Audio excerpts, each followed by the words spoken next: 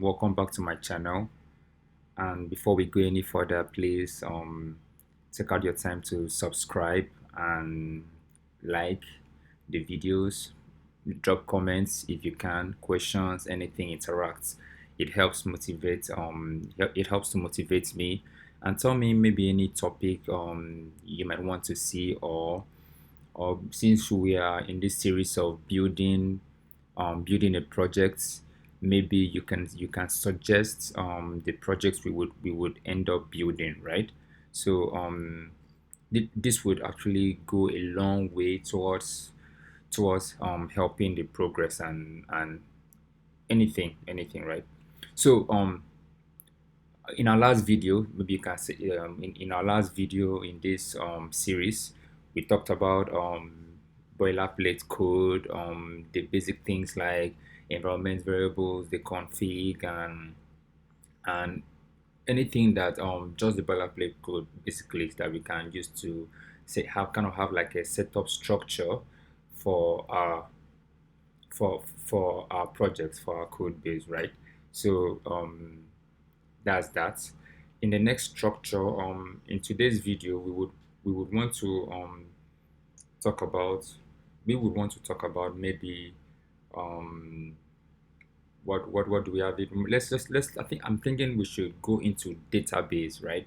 Let's go into database, talk a little bit about what databases are, and see how we can connect database to our projects. All right. So database, basically there's this saying that a job of a developer or a programmer is just a way of manipulating data, moving data around, from one database to another. So database is probably where your data is being kept to be used whenever it's queried. So basically that's just a simple definition of database in that concept, if you try to understand in that concept. So anything you're doing in life is you're either storing data or retrieving data or updating data or even deleting data, right? So because the world is governed by by data. So that brings on to the the basic database operations that we have. We have create, which is you're creating data to store in the database. We have what do you call it, the get, in which you are trying to retrieve data, which is I think they actually call it the crude method. Let me just write it out here, right? Crude method, right? In which creates creates, we also have retrieve. Basically, that's more or less you're getting the data, you're getting whatever data you did store out of the database, right? Then we have updates, yeah. And then we also have deletes. So basically, these are the one, two, three, four, five main functions, five main operations that you can carry out in the database, right? So basically, you collect the data from an individual or an entity. So the next thing you are doing is you are creating the data in your database to store for future reference. And then whenever you need the data, you need to retrieve that data to probably do something with it. That's where the retrieve comes in. You're getting your data out of the database. And then maybe the person you want to update the data, maybe someone wants to update his name, update his email, add picture, add things. You might want to update it, right? So that's where the update operations come in. So and then the other one, you might want to delete it, your operation, right? This crude operation. So you might want to delete the data from your database. You don't need, the person wants to delete accounts or whatever, you just go ahead and delete, right? So that is kind of in a nutshell what the essence of programming, the way of manipulating data, the way of moving data around, just to get to the end goal, the end product that you need. Right now, right now, I would say let us focus on the database, right? Because there are several kinds of database. There are the relational databases, right? Types of database, types of databases. We have relational, we have relational, and then we have non-relational, non-relational, right? So there are um two major types of database, or you can group it into two major parts. We have the relational and we have the non-relational. So for the relational, we have databases like Post PostgreSQL, PostgreSQL, and then we have um, MyQL, MyQL, MySQL. We have like these are the two SQL. Yeah.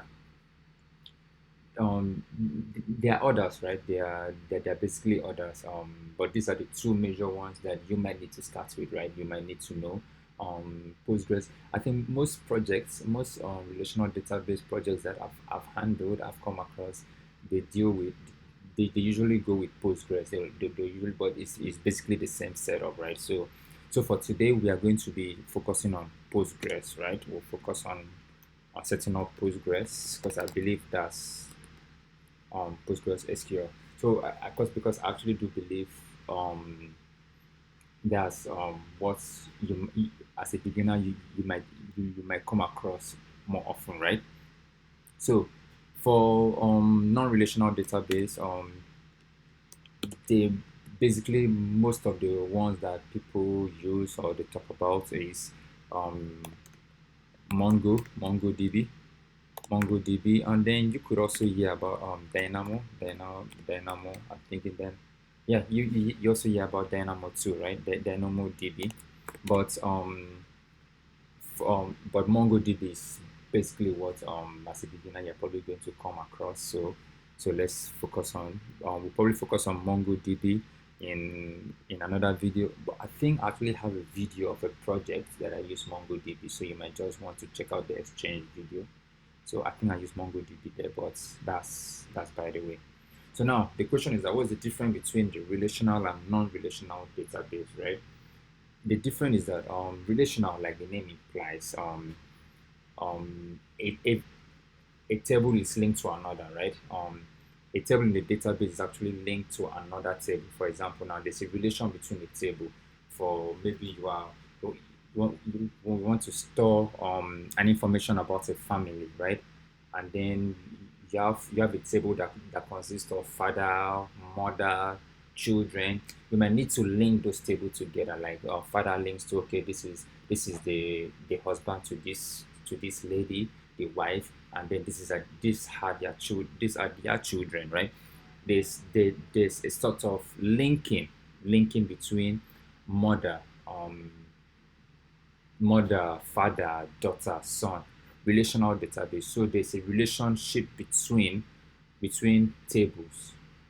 Metadata, there are relationships between the tables. So you might want to keep those table the way it is, and one of the and yeah, basically that's just the basic definition. So let's get this straight. I'm going to try and give basic definitions because these are concepts that I'm trying to explain to beginners, in which beginners can use to refresh their um, have have something to say, right? At least have a knowledge of what they are doing. But if you need to learn more, I would strongly advise you might need to study more on databases, SQL, Postgres, why SQL. By the way, they call relational databases SQL, SQL database. That's what they call them. SQL. That's why you see SQL everywhere. But you might need to research more on it. Topics like primary keys, the dependency, which table is depending on what table. You need to study more on that. I'm not going to go into that detail here. So now to non-relational, like the name says, it's actually non-relational. you just dump data there. Take any data you want, dump it there. There's really no there's really no relationship between data or table in in non-relational, right? No relationship. So you can just do as please with it, whatever you want, just dump data there, right? So that's for that. So where do we start from? Where do we start from? Let's create. I think like I said, I tried to explain the code structure that I'm using. I told you the CMD is where we are going to run our executables like the main.go, and then yeah, although I added an extra layer of config here, but majorly most of our work is going to be done in the internal. That's for example, the database. We are going to create a database repository or directory if you want.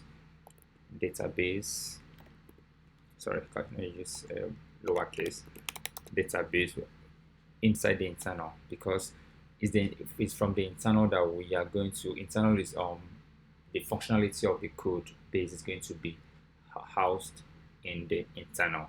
So in the database, let's create another file, go file, that's just name it db, whatever you want to name it, db.go. Yeah. So just for let's take all this out here, cut this out here, delete this and save it and keep it here so that we can relate, right? So now what's the first thing we're going to do when we are setting up a database, right? The first thing we are going to do is in my previous video I tried my best to talk about structs and interfaces, so please try and reference to that video so that you can see understand at least basic things about structs and interface, because if you're going to write on object oriented programming, that's OOP, object oriented programming, you will need to understand what a struct is, how to create objects, and I think I did that in one of my previous video. Please, like I said, subscribe, like, watch out for more videos, right? So, but if you need me to go back to explain structs again, you can always message me, drop a comment or whatever. So now we are going to create kind of like our own a struct. We use struct to create um, we use struct to create kind of like a custom type. A custom type, there are data types, like I know I explained data types in previous videos, like strings, integers, float 64, boolean, true or false. There are different data types. So now, but sometimes what you want to do, there's really no data type for what you want to do. So you can create your own custom data type, and that is where struct comes in, right? So we are going to create a data type of our Postgres DB. It's like custom data type struct, because there are some properties we want that data type to have. So let's start with and like if you can go through my previous video, you see how we create a custom data types. Let's call this Postgres DB, and it's a struct. Basically, it's a struct. So now the next thing you are going to try to figure out is what what would be the what do you call it? What would be the responsibility of sorry, that's it. What would be the property of this data type, right? You might need to talk about the property of the data types, right? So now, first, for beginners, right? We know we are going to put our config properties, right? Like, let's go back to the config and call. We know we are going to put the DB port, DB username, DB user, DB name, DB password, and whatever, right? We know we have all this, yeah, and it's inside our config. So by rights, logically, this this if we need access to our config in our PostgreSDB type, we need to reference it here. Like we need to specify it here. So we are going to have a config here that takes in that is a reference to a config that's a reference to the config dot config. We're going to have config dot config. Yeah, it comes up here. So that's the first thing, because when you want to start your database up, you would need those the ports. You might not want to hard code it. It's really not nice to hard code it. You might need to get this from the environment variable and then use it to run up your code base, use it to start your database up, and see where you go with that, right? So then what do we do next? It's as easy. The next thing is we would need to have a database instance here, instance. For beginners, I would say there are so many ORMs out there, such as GORM. I would actually, if you're starting up, I would actually advise you to or maybe go through GORM. Makes it easier. They has the whole database query is easier. It's actually easier for you to understand, for you to easily call while you're taking your time to learn more about database as a whole, because database is really a big deal on its own, right? It's a big deal on its own. So where do we start from? Basically, where do we start from? Like I said before, we start from anything from the documentation, right? Documentation. Let's go get GORM documentation for how to use it, right? So I'll just open a new, probably just open a new, sorry. I'll probably just open a new GORM. Let's search for GORM. So you can just go through the documentation. This the Golang library. Golang library for ORM. That's object relation mapping. I think that's the full meaning of GORM, object relation or relational mapping. So GORM is Golang object relational mapping, basically, right? So the first thing you do is from here, go get GORM. It's as easy as that. Go get GORM. You can go through the full features, go through, if you have time, read through it, read through how to set it up. Maybe coding is all about making your research, getting things right. So you might want to research setting up GORM, so how to create it. You see some GORM guidelines connecting GORM to database. There are so many things they're setting GORM up. So but like I said first, we are going to focus on start with, let me bring this over here.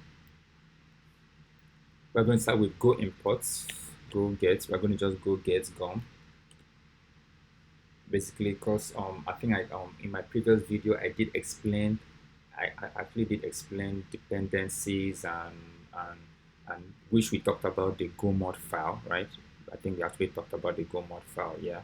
So now you can see we have GORM here, and whatever we are downloading here, we have it here. It's as a requirement. So if you didn't get that, check out my previous video. We spoke about that in length. So back to our database. Now that we have actually go get GORM, so we're going to have an instance of our database in this our PostgreSDB, and that's going to be let's just call it instance. You can call it whatever. You can just call it maybe database, because this is the real, I would say this is like the database that we are talking about, and it's going to be like I said, imports. I'm going to import GORM. Yeah, we just got GORM, so we are just probably going to import it here. GORM, two things, gom.io data types. No, it should be driver.io. Yeah, I think we do need, let's get driver first. Let's get the gom driver first. Driver Postgres. Yeah, since we are working with Postgres, and then we also have we might also need gom.io, right? Why is this red? Sync dependency, right? Just single dependency, and that's good to go. So what we did here, we first import the dependencies of GOM, like I explained to you. GOM is we use GOM is Golang Golang what object relational mapping. Golang object relational mapping is used for is used to it's just like for it kind of maps our database for us. It kind of makes the database query, working with database query in Golang easy. So you can just search it out, check it out, research on it. So now our DB is going to be, and the GOM DB is going to be GOM.db, because GOM has they have had their way in their own unique way. They have the Postgres DB instance here, and that's what we are using here. We are going to use the Postgres. It's red because we haven't called it here, right? So now let's go. Let's now that we have an object, we have this object, our Postgres object that we are working with. So in this Postgres object, basically it has a config which we will use to get our ports, our name and username or whatever password from our env, and then we are going to have the DB itself, which we are connecting to, right? So now, how do we I know we spoke about methods, right? Methods are just functions attached to a struct, right? Function attached to a type. So and now we have this. So we are going to write a method for this Postgres. So we go from then there's a difference between methods and regular functions, right? For methods, um, you would have the instance of you would have the structures depending on, right? For example, here we do have Postgres, so this function is actually depending on this struct or on this type, if you may, and then the name. I'm just gonna call it connect, because what it's gonna do is basically just to connect our database. And what is it gonna take? It's going to it's going to take it's going to take our config. Let's say we pass in the config there. Config equals to config.config, right? It's going to take in our config, and then if there's anything wrong in trying to set up the database or in trying to connect to the database, we might need to see the error. So it's going to bring out an error. So this is basically the signature of a method. What it's going to do.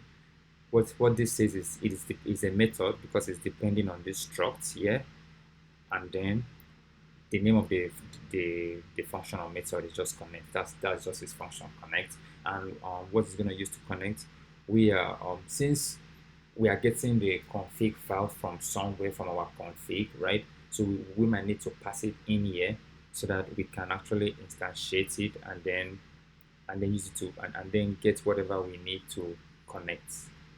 I don't know if that makes sense, but it should make sense, right? And then so the config file is coming from here. So the idea is once you in the main, right? In the main, once you run this init config, it goes into your env, pulls in all these variable and returns the config, right? And then when you return this config, probably wherever you're calling it in the main, most likely you are going to have to pass that config in here, and from there get whatever thing you need to run your code. Basically that's it, right? So for example, here we have this, and then we are going to have well, yeah, here we have this, right? So that's now we have for example, we are going to have the database URL, database, this is database URL. I'm not sure if we have a database URL in our config, do we? Yeah, there is a database URL. So basically there are ways you can connect to databases. It's either you specify the port, the username, or the name, the password, or there's a database URL string that you just specify, right? So we are going to get this database URL from the config that we are passing in here, dot database URL. It's basically as easy as that, right? So that's it. That's how you use the config file in your code base, right?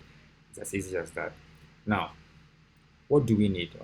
If you go to um back to GOM, if you go back to GOM, let's go back to the GOM documentation, right?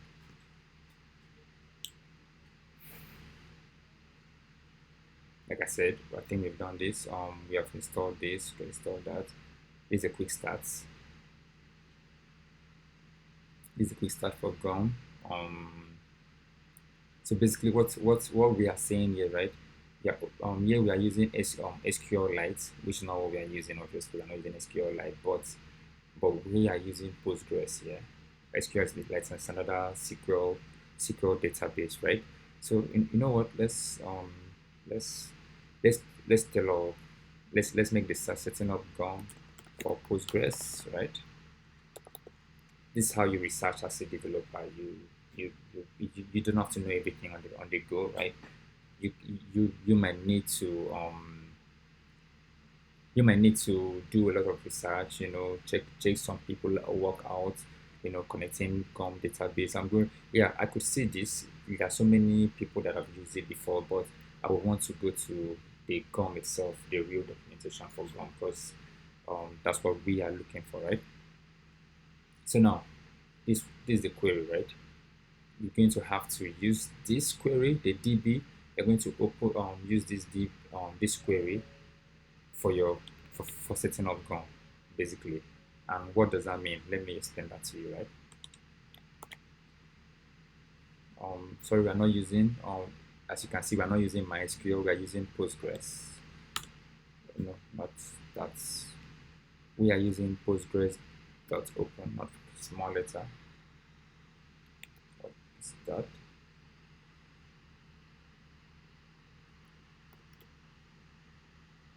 Postgres. Yeah, so we are using Postgres instead of DB. Yeah, okay, that's as imported code. Yeah, so now this is the Postgres that we are using, not MySQL. So now, what does this? This is just to help GOM way of setting up the database with your database URL and connecting to the database with this your database URL. This is basically the URL, the database URL, the URL you use to connect to your database, right? And then opens it up and then stores it here. Like I talked about, this being like a container, a variable, like a container, it holds contents of things. So probably open up the database and then save it in that DB for you, right? Save it in that DB container for you, and that's basically it. So um, so basically that's it for this, right? Now, what is DSN? Like I said, DSN could be there are several ways of connecting to a database, right? You might need to use the database URL, or you might need to use the ports, the password, those things that you have in my config file, right? So now, so DSN is like a way of it all boils it all, like you can connect all those things in a way that it forms one string, which is DSN, right? Let's just start by this, right? Let's just create a variable here, variable DSN, which is going to be a string, a type string, right? And this, what we're going to do is that we are going to, now this is where you can now start doing code.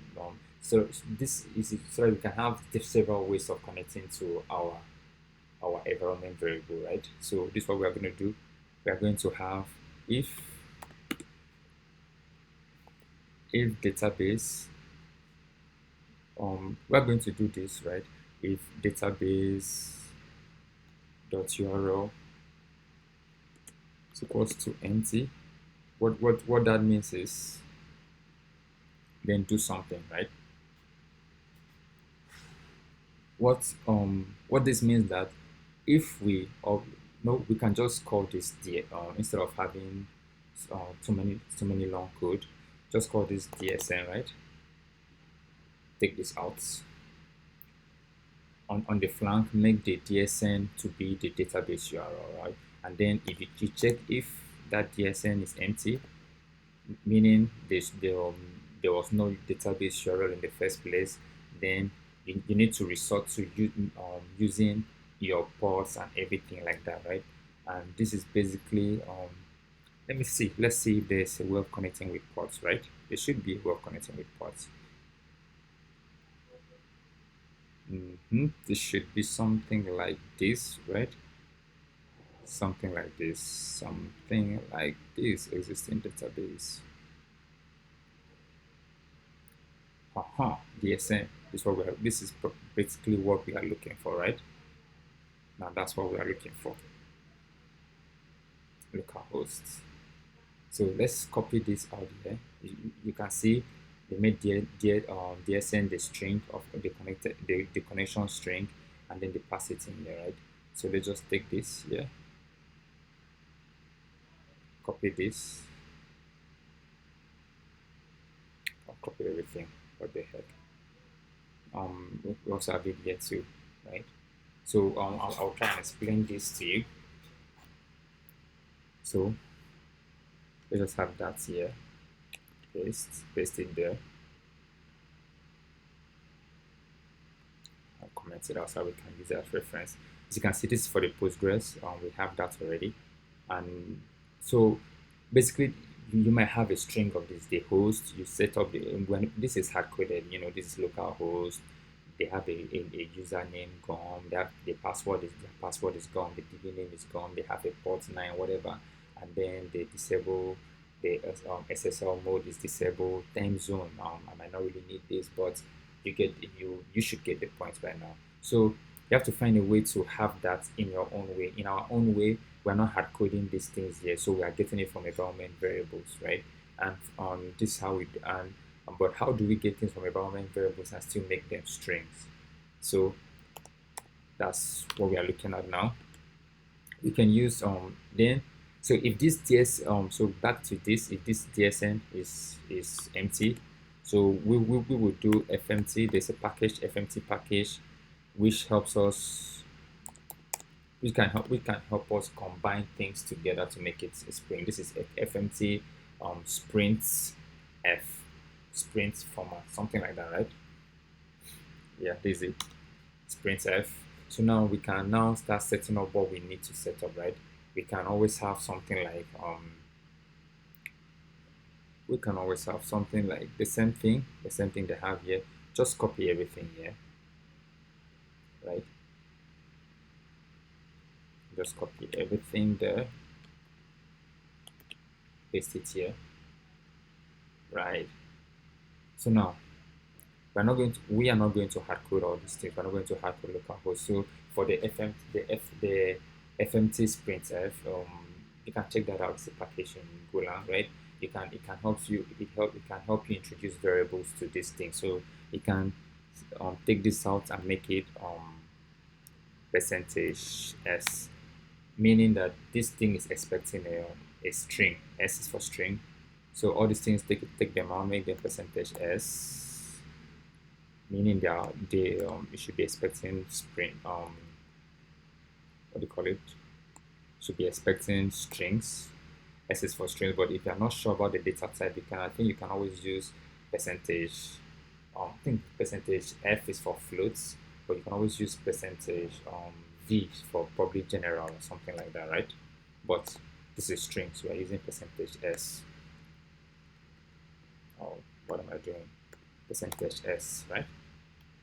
So now you start introducing these variables one after the other. So the local host, we are going to get the local host from our config, right? It's going to be config config dot host, db host. I think it's a db host. That should be config dot host. Is it a host dot host? Let's check the name out. There's a port, there's a username. Yeah, we need a host. We need a host. Copy this, db host. We need a db host. It's all right. You can always make mistakes in the code and come back for it, right?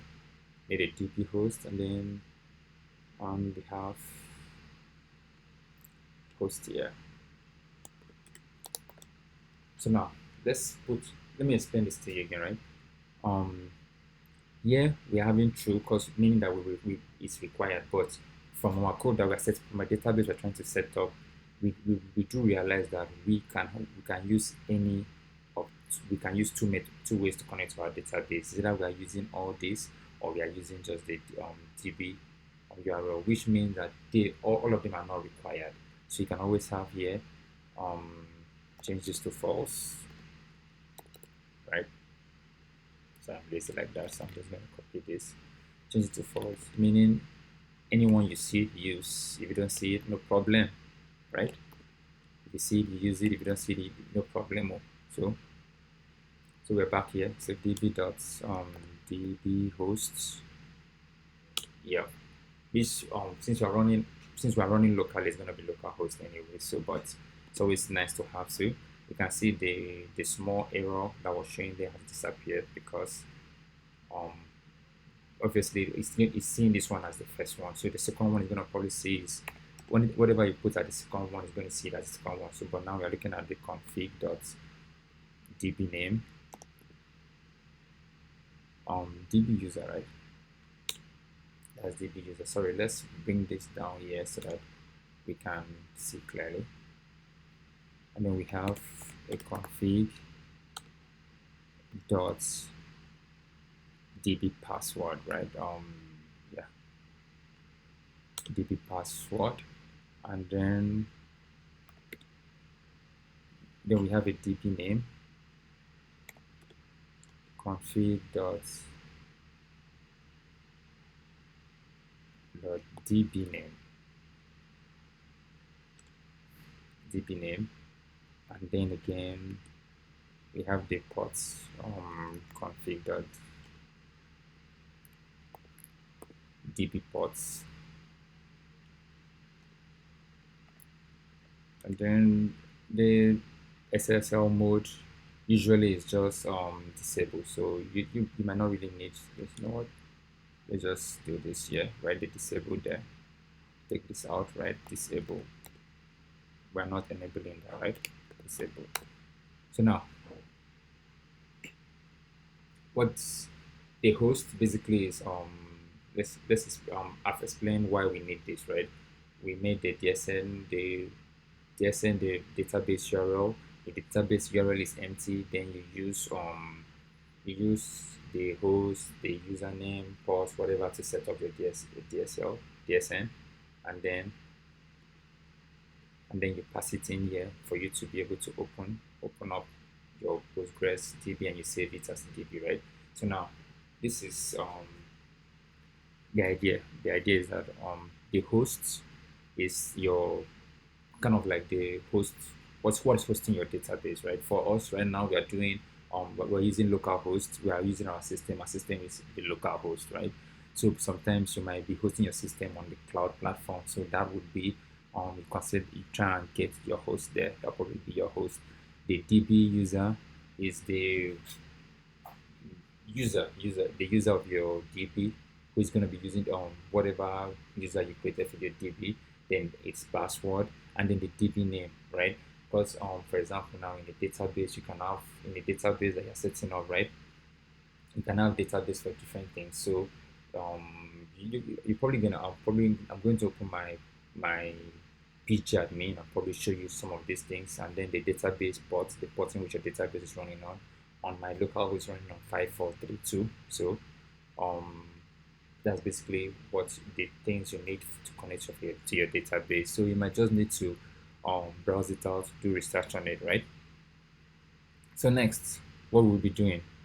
So now that we have tried to connect to this database, we may need to handle the error, right? In case there's any error, if error is not nil, is not equals to nil, um, what do we do? What do we do? You can just what I would say is what I would do is just panic if database is not connected. There's really no need for you to go any further because, like I said, the the major the issue the what your major job is manipulating data, moving data around. So if your database is not connecting, so what's the point of your job anyways? So just panic it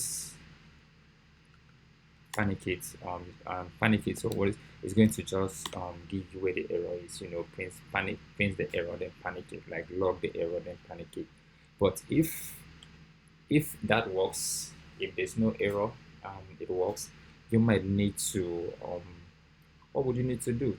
You might need to instantiate your database. For example, now you said, we have an instance of this, which is data the which is equals to which is the DB. This is going to hold our DB basically, right?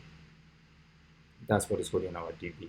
So what we are going to do is we're just going to set that our Postgres DB, that DB inside that our Postgres struct as this. So it's basically just we just have p dot db. This p points to this Postgres DB, which this method depends on. So p dot db. They will now make it equals to this db here. And then we do have then we now you can always set up the config to p.config is equals to this config here too.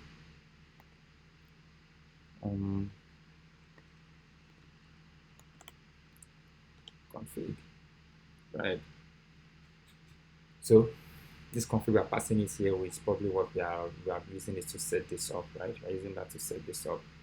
So I think for now that's all you might need, right? For now, that's probably all you might need. But let's see. Let's just keep going and we will get to it, right? Let's just keep going and before you know it, we'll probably get to it, right? So there's no big deal there. So next, what do we do next? What do we do next, right? What do we do next? You could okay, right now we don't even know what we are creating, so we don't have the models yet. We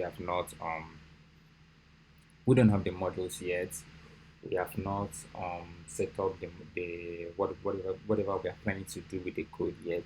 So what I would say is that take a few minutes, go through the database part of this database setup part of the code. If you have any issue, let me know. But let's think about what we want to build. What you want to build. I'm thinking we should do a simple maybe news app, a simple news app in which you can create news, retrieve your news, update your news, delete your news, something that would show the these the four main operations of database, right? Since that's probably what our job is. We want to see how we can create news easily, retrieve news, get our news, update news or delete news. So I think that's what I think we should do. But you can suggest just a simple project, nothing major, and then we will continue. But for this error, so what we'll just do is just return nil, because if everything passes and gets down here, there shouldn't be an error. Like if there's no error here, that means there's no error to return, right? You have instantiated this, there's no error to return, so just return nil. So for now, I hope I hope this makes sense to you, and I hope you're enjoying the tutorial. Subscribe, like, comment, and my DM is always open. I'll be reading comments. Thank you.